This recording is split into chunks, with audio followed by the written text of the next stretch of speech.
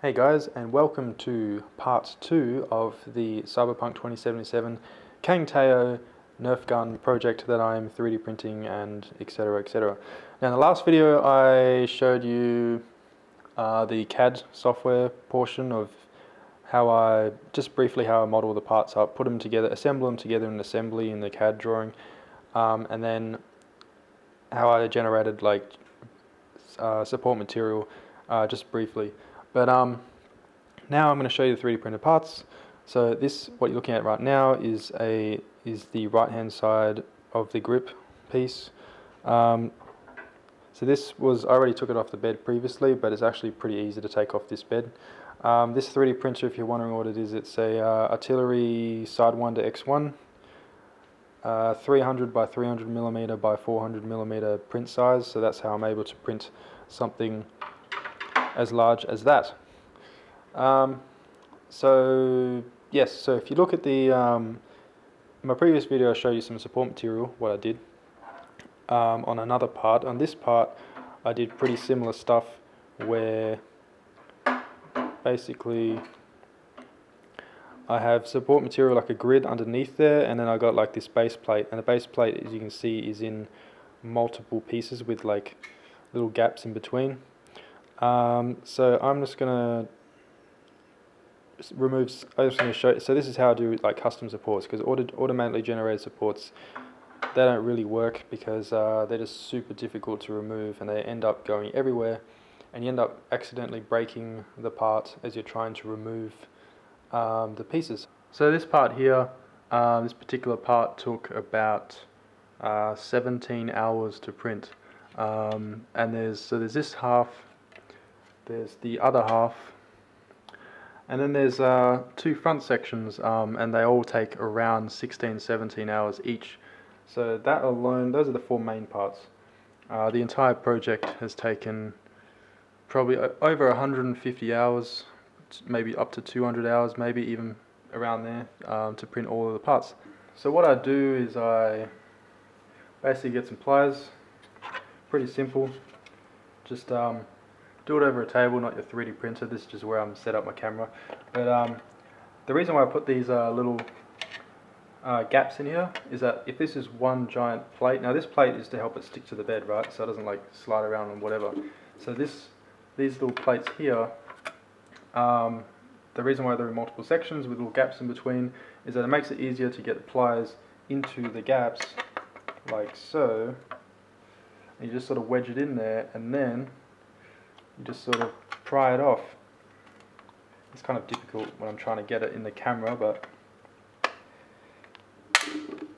and then you sort of work your way around, and as I keep prying it off, it's sort of like coming up a bit.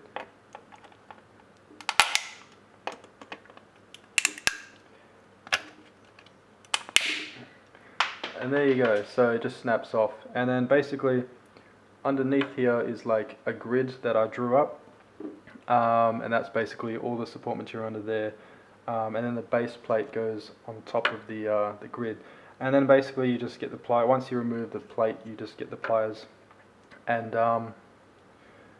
get that grid out of there. Now I've got to hollow this out. You don't have to hollow this out if you just want an inanimate object, like a prop for cosplaying. But I wanted this to be a functional Nerf gun, so I needed to fit all the electronics in here, so I got to hollow this stuff out. The solenoid goes here, that's what that shape is. So here's one I prepared earlier. I already did some painting on it, so that's why you see some paint on the inside here. But I've already hollowed this all out. This is the left side, so this is the other half. This will not have electronics in it. This will be just a shell that goes over, but if you're going to put electronics in it, you can have mounting points here and here for the micro switch. So you put threaded inserts in here, heated threaded inserts, and basically just hollow it out with pliers.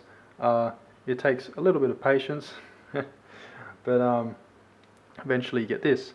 So I'm going through the painting stage at the moment. So that'll be in a future video of how I did that, the masking and pretty basic stuff.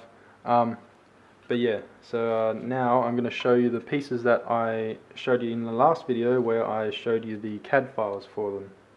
So in the last video I showed you the CAD files for this. how I assemble it together, etc. And so this is how they turned out. So basically I printed them in like individual parts, 1, 2, 3, 4, and then I basically painted each part individually or separately. Well, I painted these two parts, these two grey parts, then I painted these two black parts. Now this black is actually like a rubber sort of coating. It's actually bed liner used for utes or pickup trucks, and in the back of the bed. So that's bed liner right there, so it has a nice rubbery feel. This is just black sort of semi-glossy paint down here. And then I glue them together. So I glued this on the inside, so that stays on there pretty well, and I just glued these two bits in the middle, and make sure you don't put too much glue on, so you don't want to ooze out the side because that will ruin the paint job. So so this turned out pretty well, and if I just show you now, so this is a standard Nerf magazine right here, the orange thing. So if I just stick that in, which way does it go? It goes in this way. So it goes in like that basically, and yeah, that's basically it.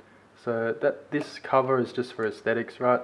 Because the Kang Tao from Cyberpunk 2077 does not have orange magazines or Nerf magazines. So obviously this cover makes it look like the magazine in the game. Now these two pieces are going to stay together. I'm going to put double-sided sticky tape on the bottom here, and then that's just going to stick down into there. That means I can remove it later on if I wanted to. I don't want to glue it together. I don't want to drill holes in here, so I don't want to screw it together. So double-sided sticky tape goes on the bottom of this, if you can see inside there. I'm sure it's kind of difficult to see in there, but yeah, basically that's it. So here you can see part of the flywheel cage. Now I made this in two halves. These have got, I don't know if you can see them, but they have little threaded inserts here. These little threaded inserts, basically you heat them up with a soldering iron, and then you basically just insert them that way. They heat up, and what they do is that they melt the plastic. So the plastic sort of melts around the threaded insert, the heated insert, and then you take the soldering iron away, make sure it's straight when you put it in, and then it basically, you give it a few seconds and it will cool down, and the plastic will harden around the threaded insert. Now the threaded insert's got little teeth on it, little knobby bits on it, so that way the plastic has something to grip onto. And this way you use threaded inserts so that you don't strip out the screws, or the thread I should say, in a 3D printed part when you're screwing things together. All of these parts on the bench here, they're all assembled together with fasteners like bolts and screws and threaded inserts, so that way I can take it apart, put it together, take it apart, whatever. I try to avoid glue as much as I can because that cannot easily be removed.